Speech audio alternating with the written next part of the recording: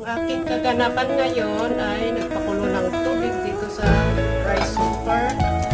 Tapos dito ako mag-i-steam ng aking ulam. Pwedeng pagkain lang kung ayaw kumain ng kanin, pero hindi nawawala ang kanin sa akin. So ayan, broccoli, yung beans, tsaka carrots. So ayan, i-steam ko dito para iwas tayo sa mamantika. Pwede namang pagkatapos maluto, sprayan ng olive oil, pero sa akin hindi na.